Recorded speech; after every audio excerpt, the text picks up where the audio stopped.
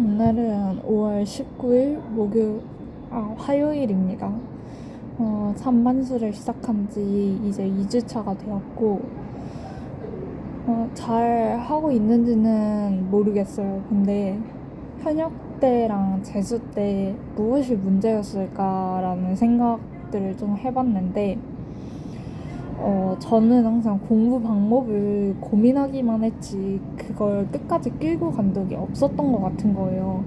예를 들어서 뭐 수학 기출 문제를 한 바퀴 돌려야겠다, 이해독 해야겠다 뭐 이러면 그 문제들을 전부 보고 모르는 문제가 없게 풀이 과정까지 완벽하게 이렇게 봤어야 되는데, 그게 아니라 그냥 하다가 어려우면 넘어가고 그냥 딴 거 볼까? 엔제 봐야 될 것 같은데, 실무 풀어야 될 것 같은데 이러고 넘어갔던 것 같거든요. 근데 그게 한두 과목에서가 아니라 모든 과목에서 그랬던 거예요. 그래서 첫 번째는 공부 방법을 찾느라 하나를 우직하게 하지 못했던 거였고요. 두 번째는 어려운 문제를 풀어본 적이 없었어요, 사실은. 뭐 3등급이 나왔다고 해도 그거는 나머지 빅킬러 문제들을 맞추는 그런 점수로 만들어진 것, 그리고 찍어서 맞춘 것들로 얻어진 점수였고, 사실은 뭐 유전 파트라던가 지구에서 우주 파트라던가 뭐 수학의 15번, 22번, 21번, 29, 30번 막 이런 문제들은 손을 대본 적이 한 번도 없었어요. 왜냐면 못할 거라고 생각을 했거든요. 뭐 그때도 목표는 높았어요. 사실 의대에 가고 싶다라는 목표가 그때도 있었지만, 그렇게 높은 목표를 가지고 있음에도 어려운 문제들을 손을 대볼 생각을 하지 않았고, 그냥 찍어서 맞춰야 될 문제 정도로 생각을 했던 것 같아요. 그런 게 저의 가장 큰 문제였고, 그래서 이걸 깨달음으로써 지금 이제 첫 주차에서 두 번째 주차로 접어들고 있는데, 고친 공부 방법은 이럽니다. 수학 같은 경우에는 어려운 문제가 있다. 그러면 무조건 30분 동안 그 문제를 붙잡고 고민을 해보는 거예요. 이 방법도 써보고 저 방법도 써보고. 그치만 그 방법을 쓸 때 그냥 무작정 끄적끄적 하면서 하는 게 아니라, 내가 지금 뭘 하고 있고 어떤 문제를 어떻게 풀고 있고 나의 사고 과정은 어떻게 되는지 1번, 2번, 3번 풀이 과정을 이제 나눠서 적으면서 문제를 풀고 있고요. 그 어려운 문제에서 만약 문제가 안 풀렸다 그러면 그 풀이를 찍어서 저를 과외해주는 이제 고마운 친구들이 있거든요. 보고 있니, 하은아? 네, 그 친구들에게 찍어서 보냅니다. 그러면 이 풀이 과정에서 어떤 부분이 잘못되었고 이 부분 개념이 부족한 것 같아 라는 이야기를 해주거나, 아니면 여기에서 이 문제와 관련된 뭐 유형들을 더 풀어봐라 라는 조언을 해주거나, 그런 조언들을 받아들여서 또 보완을 하고 틈을 메꾸게 됩니다. 그리고 수학 말고 탐구 같은 경우에는 개념도 사실 잘 되어 있지는 않아서 개념 공부를 다시 하고 있고요. 현역 때는 개념을 일단 끝까지 다 보고 완벽한 다음에 문제를 풀으려고 했어요. 근데 사실 개념은 완벽할 수가 없어요. 처음부터. 문제를 풀지 않고 개념을 완벽하게 공부를 한다는 건 정말 말도 안 되는 일이거든요. 근데 저는 그거를 고집을 했던 거예요.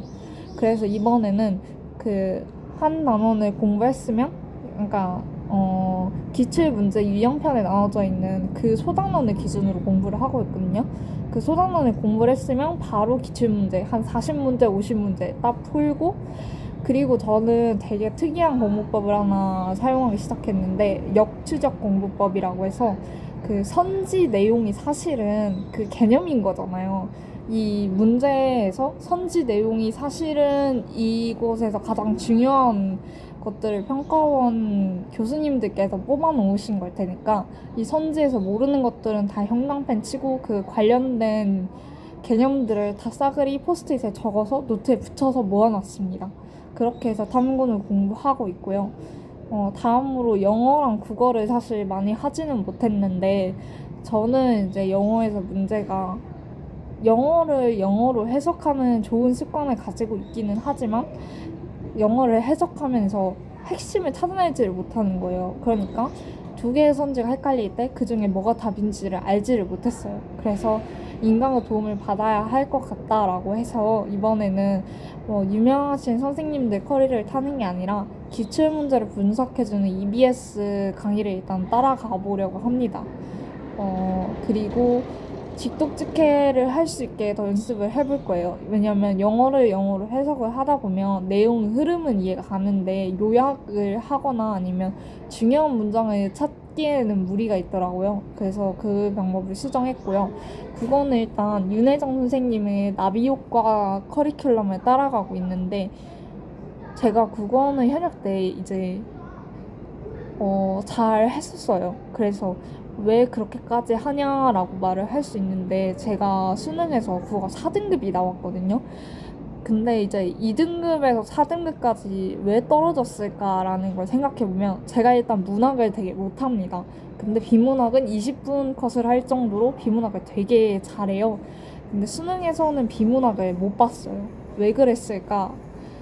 라고 생각을 해보자면 일단 저는 논리 구조가 없습니다. 그냥 피지컬로 승부를 보는 타입이어서 쭉 읽고 문제를 그냥 풀어요. 이해를 한 거 가지고 문제를 풉니다. 그래서 근거를 찾고 그래서 이게 답이 확실히 이거다라는 이제 확실한 결론을 내려야 되는데 그러지 못했던 문제가 있는 것 같아서 이번에는 윤혜정 선생님은 사고 과정을 따라가면서 논리 구조를 뼈대를 잘 잡아볼 생각입니다. 네, 이렇게 저의 국어부터 탐구까지 공부 계획이고요. 이번 주에는 지구과학 2단원, 그러니까 이제 기후랑 해수, 엘니뇨 라니냐 부분을 공부할 거고, 생명과학 개념 끝내고 근수축 막전이에서 준킬러 문제 전부 완벽하게 정리할 거고요. 수학은 하루에 하나씩 기출문제 공통을 풀면서 공통 기출을 5개년치를 끝내는 게 목표입니다. 그리고 미적분은 김몽준 선생님의 스타팅 블록을 들으면서 미적분이 잘 안 되어 있어서 개념이랑 기출문제 일부를 정리하려고 하고요. 그리고 한환기라는 문제집을 제가 추천을 받았어요. 그래서 한환기를 병행을 할 수 있으면 해보려고요. 그리고 그거는 하루에 강의를 적어도 2개씩은 듣고 싶은데 생각보다 시간이 잘 나지 않아서 그래도 할 수 있는 만큼 빨리 개념의 나비 효과를 끝내고 패턴의 나비 효과를 넘어가 보려고 합니다. 네, 여기까지 저희 이번 주 목표였고요. 또 시간 나면 영상을 찍겠습니다.